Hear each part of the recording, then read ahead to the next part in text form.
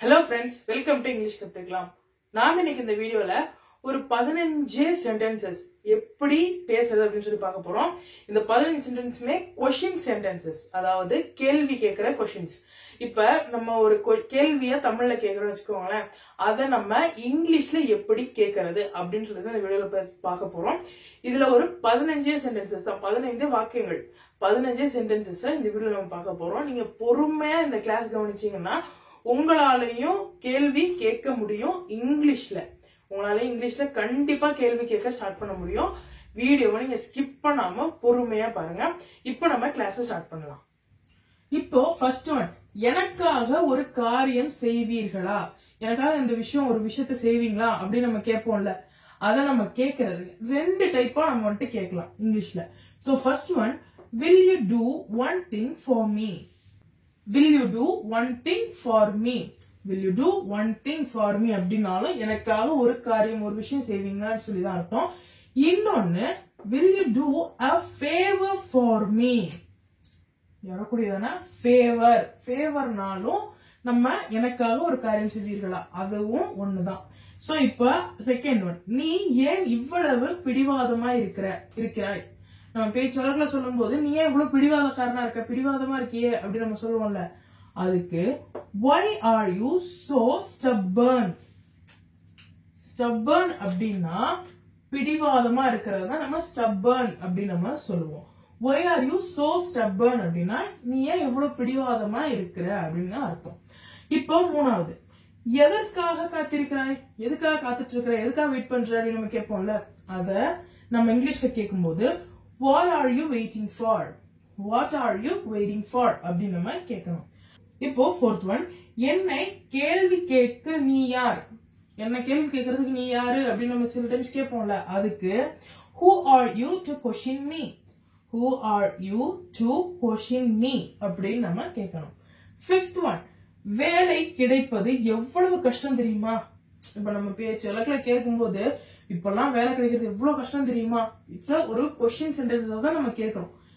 இப்பெல்லாம் வேலை கிடைக்கிறது ரொம்பவே கஷ்டமா இருக்குது, அதெல்லாம் எவ்வளவு கஷ்டம் தெரியுமா அப்படின்னு நம்ம கேட்போம்ல, அங்க தெரியுமான்றது ஒரு கேள்விதான். சோ அதை நம்ம கேட்கும் போது do you know how hard it is to get a job? do you know how hard it is to get a job அப்படின்னா வேலை கிடைப்பது எவ்வளவு கஷ்டம் என்று தெரியுமா அப்படின்னு அர்த்தம். இப்ப அடுத்தது சிக்ஸ்த் ஒன், நீ ஏன் வெளியில் போகிறாய் என்று என்னிடம் சொல்லவில்லை? இது நம்ம பேச்சு வழக்குல சொல்லும் போது எப்படி சொல்லுவோம்னா, நீ வெளியே போறேன்னு ஏன் என்கிட்ட சொல்லல அப்படின்னு நம்ம பேச்சு வழக்குல கேட்போம்ல. இப்போ அம்மா நம்ம கிட்ட கேட்பாங்க, இல்ல நாம ஃப்ரெண்ட்ஸ் கிட்ட கேட்போம்ல, அத வந்துட்டு நீ ஏன் வெளியில போகும்போது என்கிட்ட சொல்லாம போயிட்ட அப்படின்னு நம்ம கேட்போம்ல, அதுக்கு why didn't you tell me that you were going outside?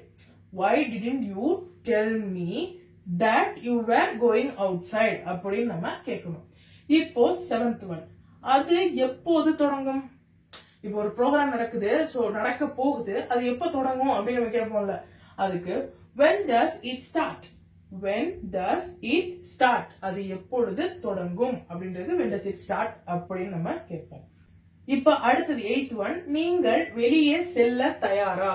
இதை நம்ம கேட்கறது இப்ப நார்மல் லைஃப் நம்ம பேச்சு வழக்குல கேட்கும் போது எப்படி கேட்போம், நீங்க எல்லாம் வெளியே போறதுக்கு ரெடி ஆயிட்டீங்களா அப்படின்னு நம்ம கேட்போம்ல, அதை நம்ம இங்கிலீஷ்ல கேட்கும் போது are you ready to go out? are you ready to go out அப்படின்னா வெளியே போறதுக்கு நீங்க எல்லாம் ரெடியான்னு அர்த்தம். இப்ப நைன்த் ஒன், நீ யாரை பார்க்க விரும்புற? நீ யாரை பார்க்க விரும்புகிறாய் அப்படின்றது நீ யாரை இப்ப பார்க்க விரும்புற அப்படின்னு நம்ம கேட்கிறோம்ல, அதுக்கு whom do you want to see? whom do you want to see அப்படின்னு நம்ம கேட்கணும். நீ யாரை பார்க்க விரும்புகிறாய். சோ இப்ப 10th ஒன், நீ பிஸியாக இருக்கிறாயா? நீ பிஸியா இருக்கிறியா அப்படின்னு நம்ம கேட்கணும்னு வச்சுக்கோங்களேன், அதுக்கு are you busy? ரொம்ப சிம்பிள், நீ பிஸியா இருக்கேன்னு கேட்கறதுக்கு are you busy அப்படின்னு நம்ம கேட்கணும். இப்ப 11th ஒன், உன்னால் ஒப்புக்கொள்ள முடியுமா அப்படின்னு நம்ம கேட்கணும்னு வச்சுக்கோங்களேன், உன்னால ஒத்துக்கொள்ள முடியுமா, உன்னால ஒத்துக்க முடியுமா அப்படின்னு நம்ம பேச்சு வழக்குல கேட்போம், அதுக்கு can you agree? can you agree அப்படின்னு நம்ம கேட்கணும். அக்ரினா ஒத்துக்கொள்றது, can you அப்படின்னா முடியுமா அப்படின்றதுக்கு, சோ உன்னால் ஒப்புக்கொள்ள முடியுமான்றதுக்கு can you agree அப்படின்னு நம்ம கேட்கணும். இப்ப 12th ஒன், உங்கள் தேர்வுகள் முடிந்ததா?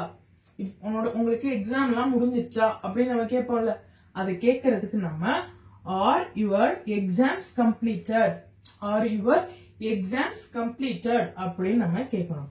இப்ப அடுத்த 13th ஒன், நான் அவனிடம் கேட்டால் என்ன நினைப்பான். நான் அவன்கிட்ட கேட்டா அவன் என்ன நினைச்சுக்குவான் அப்படின்னு சொல்லி நம்ம நினைப்போம்ல, அவன்கிட்ட கேட்டா அவன் என்ன நினைச்சுக்குவானோ அப்படின்னு நம்ம கொஸ்டினா நினைச்சுக்கிறோம்ல, அதுக்கு what would he think if I ask him, what would he think if I ask him அப்படின்னு நம்ம கேட்கணும்.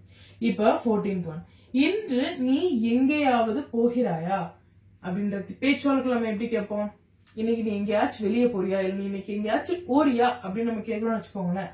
அதுக்கு are you going anywhere today, are you going எனிவேர்னா எங்கேயாச்சும் போறியா அப்படின்னு அர்த்தம், டுடேனா இன்னைக்கு. So are you going anywhere today அப்படின்னா இன்று நீ எங்கேயாவது போறியா அப்படின்னு கேட்கறதுக்கு கேட்கணும். இப்ப அடுத்தது 15 லாஸ்ட் ஒன், உன் தவறுக்கு என்னை குறை சொல்லலாமா, நீ தப்பு செஞ்சுட்டு என் மேல குறை சொல்லலாமா அப்படின்னு நம்ம கேட்போம்னு வச்சுக்கோங்களேன். அதுக்கு நம்ம இங்கிலீஷ்ல can you blame me for your mistake, can you blame me for your mistake அப்படின்னு நம்ம கேட்கணும். ஓகே ஃப்ரெண்ட்ஸ், இந்த வீடியோ உங்களுக்கு கண்டிப்பா யூஸ்ஃபுல்லா இருந்திருக்கும்னு நான் நினைக்கிறேன். இந்த வீடியோ உங்களுக்கு யூஸ்ஃபுல்லா இருந்துச்சுன்னா மறக்காம இந்த வீடியோ லைக் பண்ணிட்டு சேனலை சப்ஸ்கிரைப் பண்ணி வச்சுக்கோங்க. அப்பதான் நாங்க இந்த மாதிரி போடுற ஒவ்வொரு வீடியோவுமே வந்துட்டு உங்களுக்கு நோட்டிபிகேஷனா வரும்.